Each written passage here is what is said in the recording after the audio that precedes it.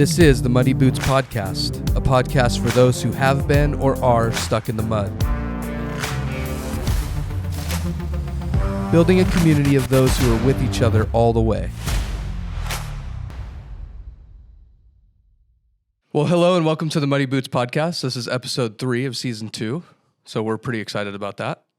Pretty much excited about it. How are you feeling today? Pretty good. I am. I'm actually feeling pretty good. How about you? I'm feeling great. That's fantastic. I'm feeling great. My name is Matt. I'm Roger.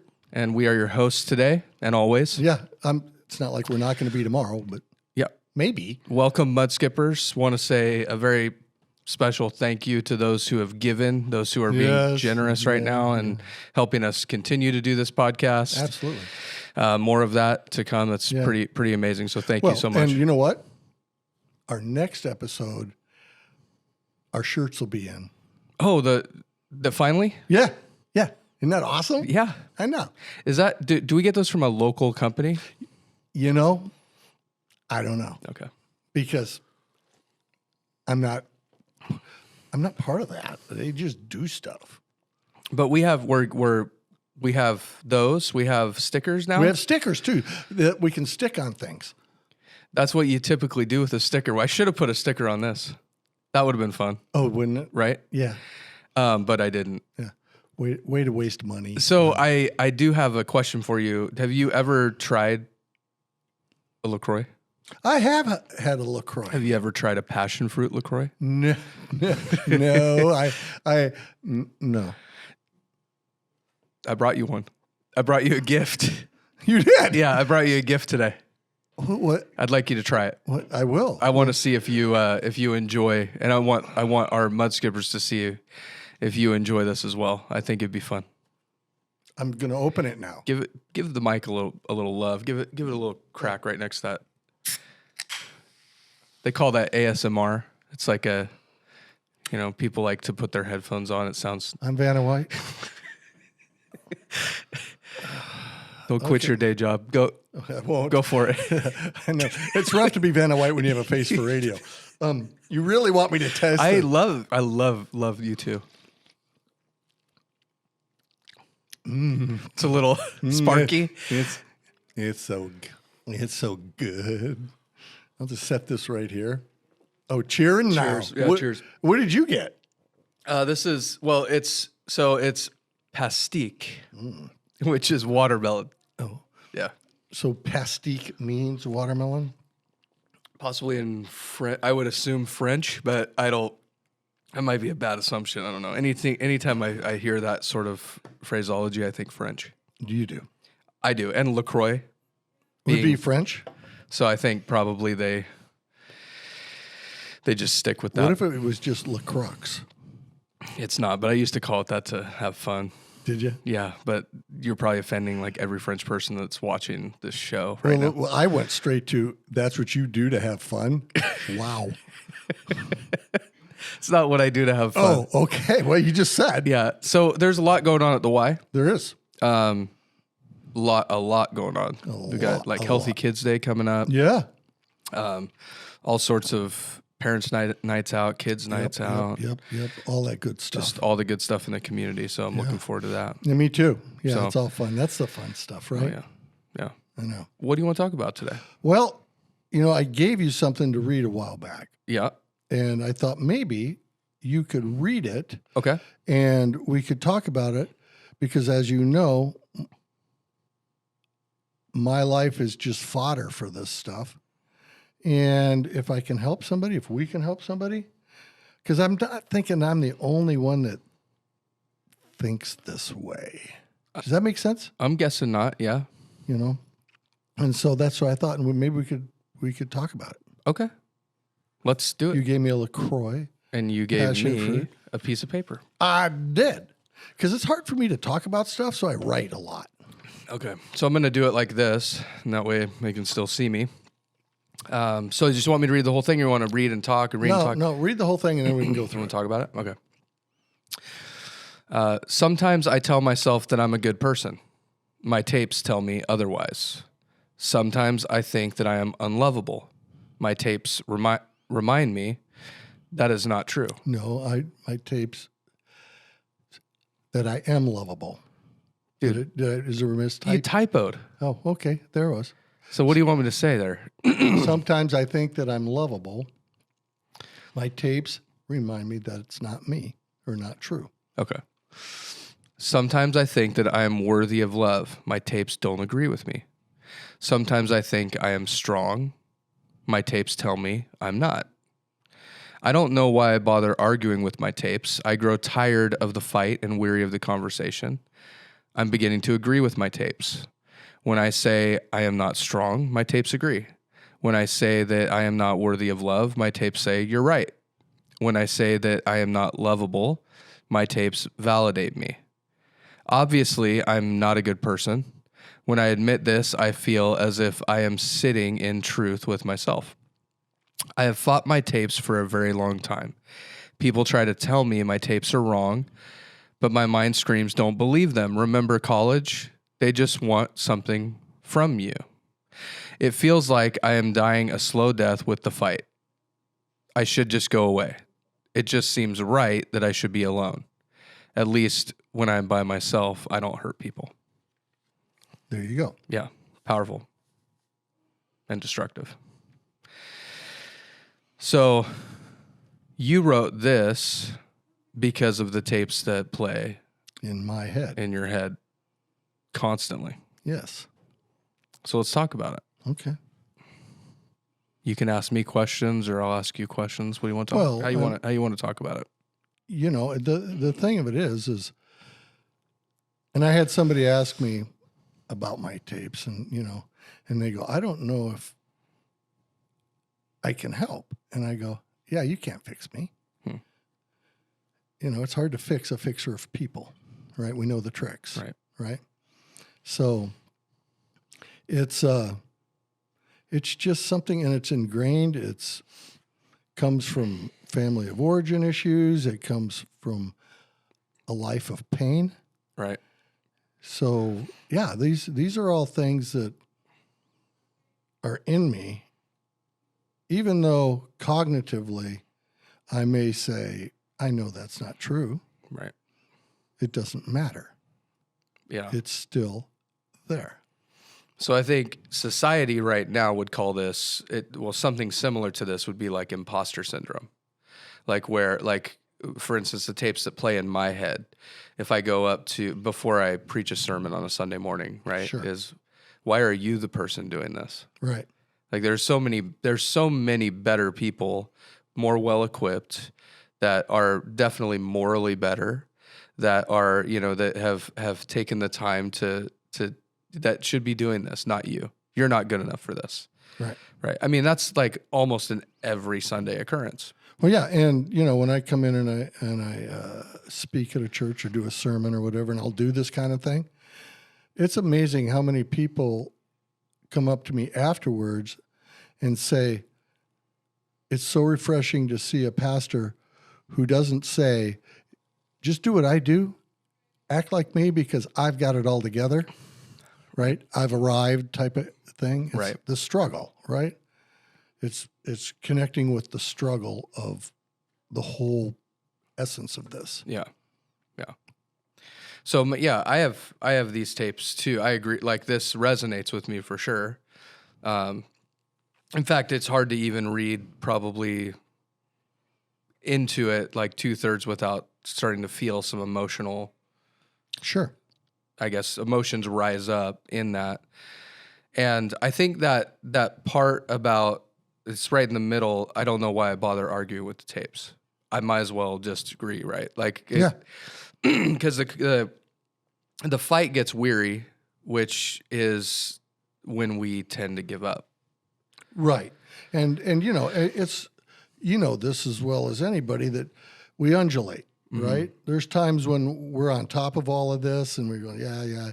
But the problem with it is, and I'll tell people when I'm counseling them, is that voice that's speaking to you in your head is speaking to you as an 8-year-old child. You cannot fight that voice. Right. Because you're not equipped in your head, right? Right. It's, when I'm working with people with PTSD, I give them things for triggers. Like, I'm not there. I'm here now. I'm not in that situation. It is safe here, right? You know, that is, you know, I'm not lovable, right? My college thing, remember? Yeah. Because I was that idiot. You know, I could run fast, jump high, and catch a football. Good thing, right? Yeah, everybody loves that. Oh, yeah. You know, that's good. You know, and with all the surgeries I've had, it would have been easier and cheaper just to pay for college in the front end. But the thing of it was I didn't realize, I thought people just liked me. I had no idea that they were there because of what they thought I could provide for them. Do for them, right? Right. Yeah, including my fiance at the time. Right. I don't love you, I never did. You were nothing but a status symbol. I went, wow. And they give you, the college particularly, they give you a scholarship. Yeah. Which is their way of saying, oh, no, we appreciate you. Yeah. But the truth is that the moment you get hurt, yeah, and they don't care. They don't care about I was a piece of meat. Right. Yeah. So when you have experiences like that, yes, that I guess they ingrain like these lies within you. Absolutely. And so what's the because you were talking about saying these things out loud. We were talking a couple weeks ago about maybe I was getting like when I get road rage, like when I'm getting mad at the person who won't get off the off ramp at 20 miles per hour or whatever, or on ramp, I should say. Yeah. So what's the value of saying these things out loud to yourself? Like, how does that do to the tapes? Well, that's the thing. That's what I tell people, right? Because, you know, it's just that whole thing of you're driving along, you're having a happy day, and somebody cuts you off, and all of a sudden you flip them off, say some nasty words at him. Your windows are rolled up. His windows are rolled up. He can't hear a word you're saying. He's not paying any attention to you. But you do it anyway. Yeah. And the reason is you need to be validated that your feelings are good, right? That you've been wronged. Sure. And you need to hear that audibly. Even if that person validating you is you. Okay? So, yeah, we work with things on how to fight the tape, right? Like, no, that's not true. I know people love me. My wife loves me. I know that. Yeah. You know, but you could, why am I saying that 1,000 times? Right. Why do I have to say it over and over and over and over and over again? Right? It's to the point where when I look out at the wider world, you can see why people self-medicate. Oh, yeah. Just to shut the tapes off, right? Yeah. I literally had to yesterday, we had a member come in and go, Roger, I think this guy's dead on the underpass over here. So I had to go over there, check him. He was face planted on the sidewalk, just splayed, sound asleep. He was walking down the street just a few hours later, fine. But boy, he looked dead. Yeah. You know,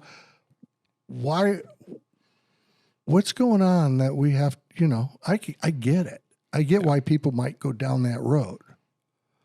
Well, I think we all go down that road. Some of us go farther down that road, right? I mean, absolutely. I eat, right, to feel better, or I shop, I spend money to feel better. Yeah. Some people have, maybe their trauma is more intense, and so they take drugs, or they drink, or go have promiscuous sex, or whatever it might be, right? Yeah. So, but we all have these coping mechanisms, right? I mean, I have to get up at 4:30 every morning and work out for an hour and a half, right? Like until I fall down, just to get rid of and get the other endorphins going. Yeah. You know, I mean, that's my thing. Or canoeing, right? I mean, I have to. Right. But, and writing gets it out for me. But yeah, I mean, I get it. Yeah. It sucks. So you fight the tapes. You talk about, and maybe you can walk through this a little bit with some of the tape. I know you have people in your office all the time that you talk about, okay, write down all these things. I think we talked about it on a few podcasts ago, right? They write out all these things that you say to yourself. Yep. And then I'm going to tell you the truth. Yep. And now you remember those things. You crumple up and throw it away. And right. you put this in your purse or your wallet or whatever. Yeah. So that's a great process. I think we probably need to go through consistently with ourselves. Yeah. How important though, and I was thinking about this, is this. You like us encouraging one another. Well, that's the thing. I mean, the enemy will sit there and say, you're the only one going through. You don't even, and, you know, people come up to me all the time and say, well, you're so vulnerable. Yeah. Well, I'd never do that to the greater world. That's the enemy talking, right? I mean, what can you do to me if you already know everything, right? Exactly. I mean, if I get this out, it's a superpower. It's a superpower. You can then come back and check on me. You know everything about me. You know what I'm struggling with. Yeah. How you doing? Right? Yeah. And here's the thing, right? We all know this innately. We walk into we've all walked into these places. I'll use the context of the church because I think it's probably the most insidious at times. Yeah. But we'll walk into these places and it'll be how you doing? Oh, I'm great. Yeah. Right. And it's the mask of, the mask is on. We've talked about the mask. Yeah. You're not really doing great. No. But what I guess taking it a step further, my opinion is, and I think I can validate it pretty well and prove it pretty well. I don't think true community happens without authenticity and vulnerability. Absolutely. Because I can walk into a place and put on a total mask, no one knows me. Right. That's not community. No. And so, but if I walk in and people really know what I'm going through, really know the tapes that I'm playing through my head all the time. Well, see, and that's the thing. You know, back when I was inside the walls of the church, I used to talk about, you want to do something fun? Go stand on the driveway entrance to the church parking lot. And you'll see the mom, she's cranked all the way around, screaming at the kids, pointing that finger, da-da-da-da-da. And the guy's clutching the steering wheel. He's just, man. They're just... Yeah. And they walk in their church and they're like, hi, right. Everything's great. It's like a Facebook ad, right? Yeah. I mean... And then I'd say, you want to do something even funner? Go stand out there after church, because they'll walk out and they might even not even make it out of the driveway, the parking lot, before she's cranked around and he's like, right? I mean, it's like, wow. Right. The one thing, and this is a plug for the church, Matt has done a very good job of being open, transparent, and vulnerable, that from a leadership level allows the congregation to then be open, transparent. And you brought me up to talk about my crazy stuff. Yeah, very, very deep, hard stuff. Yeah. And it's amazing how many people have come in with that, right? Oh, man. I mean, it's crazy. And so, and the church is growing. Because of that. That. They feel safe. They don't have to be perfect to enter the doors of the church. Right. They don't even have to be believers to enter the doors of the church. No. They're on a journey. We're on a journey. They're just real. Yeah. And it's very hard. I would say one thing about Rhapsody that is a distinctive, right, is that it's very hard to be at Rhapsody and have a mask. Yes. People make it very difficult for you we've worked through that mask not thing, be vulnerable, right? Yeah. And so and that's scary. I understand vulnerability can be very scary for people. Absolutely. And but I refuse to allow myself to not be vulnerable because it makes somebody else uncomfortable. Right. Exactly. Like when I was going through the cancer, people would say it would make them uncomfortable that I was so good with the cancer, right? Right. And it was like, they wanted me to be more upset about the cancer because it made them feel better. Yeah. Right. Okay. That's like with the why, right? We bring it in with the why. They're coming through the front door. Everybody's got something. Oh, come on. Right?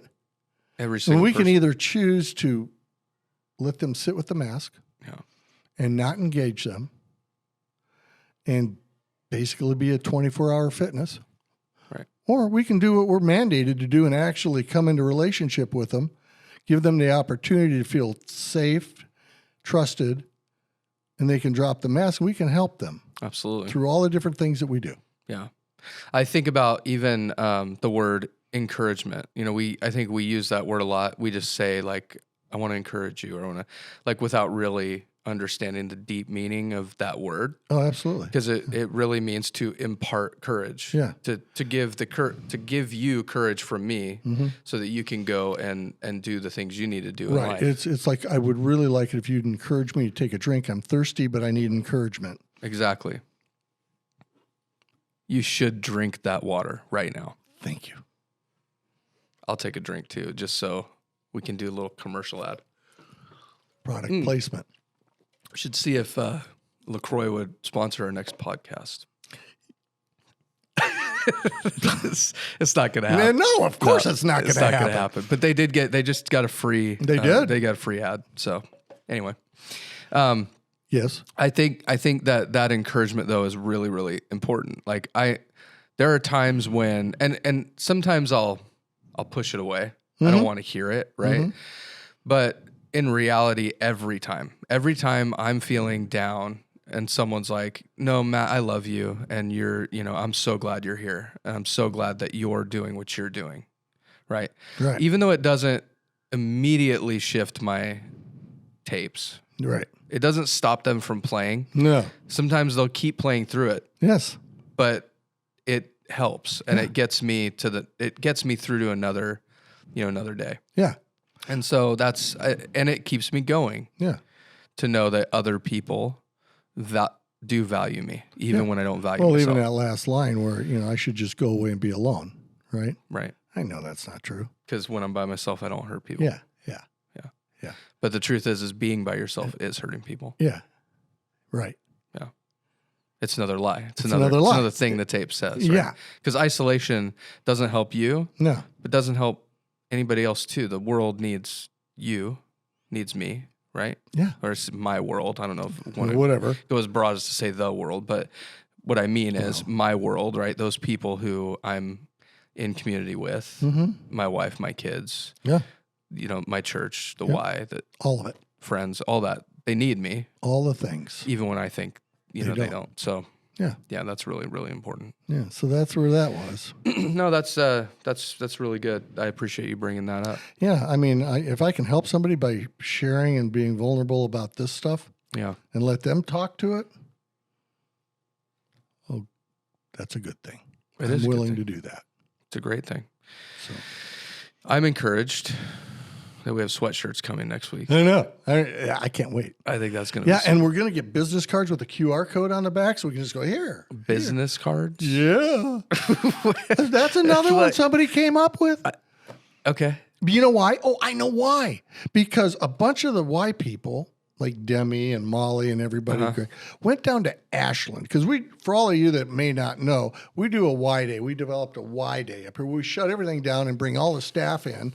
And we kind of love on the staff and it's a community thing. There's some trainings and whatnots to go along, right? But the idea is just to be together because we're so dispersed that we want to bring everybody together and say, hey, And so Ashland decided they would do that. They wanted to try it. Well, so we had a bunch of people, bunch of our chappies went down to help them with their first Y Day. Nice. And they started to go, what, this is weird. What, you guys this is what you're doing? And they go, yeah. Well, how do we do that? And so they want to know about chaplaincy, and they have people that are interested. Then they started talking about the muddy boots and how that's working. Yeah. And they said, well, how do we get on the podcast? Da-da-da-da-da. So they wanted to give them a QR code to go, boop. I see. And so the idea came from, I don't have something to give somebody after they expressed interest. So it's a small handout, basically. It's like a. Yeah. It's something easy. Somebody can keep in their pocket and go, oh, here. It's not like technically a business card. It's not really a business card. No, I don't know it's business card size. Will it have my name on it? No. See, it's not a business card then. Okay. But I'm just encouraging you, Matt. I do like the idea though. I think it's a great idea because there are times when I want to just be able to give somebody something. Yeah, instead of talk. So this has been the Muddy Boots podcast. Yes, it is. I appreciate you, Roger. I appreciate you, Matt. And we'll be back next time with a guest. Yeah. Yeah, I can't wait. Her name's Heidi Sumner. She's amazing. Can't wait to introduce her to everybody. The other thing I'm hoping really we have excited our about the is sweatshirts. introducing our sweatshirts to people. Yeah, let's Yeah. So, and maybe should we introduce Heidi to some LaCroix? You think she'd like that? You know, let's be nice to her. How's that not being nice? Well, you don't know if she likes it or not. Well, yeah, you have to try, right? This Yeah. is part of the podcast is being, Okay. I don't care. willing to try new things. We'll ask. Okay, we'll ask. We'll ask. For today, though, Yes. this has been the Muddy Boots podcast featuring LaCroix. Yes. And we love you so much. And like So always, actually, this is I was passion- going to end it. I know, but I just remembered, what it's passion fruit. Right? Yeah. And I really don't like the word passion. Why? Well, Immanuel Kant, okay? This is a dumb word for you not to. It's like one of the best words. No. You know what the definition of passion is? Go ahead. Emotion devoid of reason. Crime of passion. See, I don't know. I don't want to be passionate where I'm not even reasonable. Uh-huh. You see. So this is an unreasonable fruit drink. I'm done with you. Please like, subscribe, share, do all those things that That was very encouraging. that Yeah, I agree. yeah. Yeah. And we'll see you next time. Yeah. Have a great day.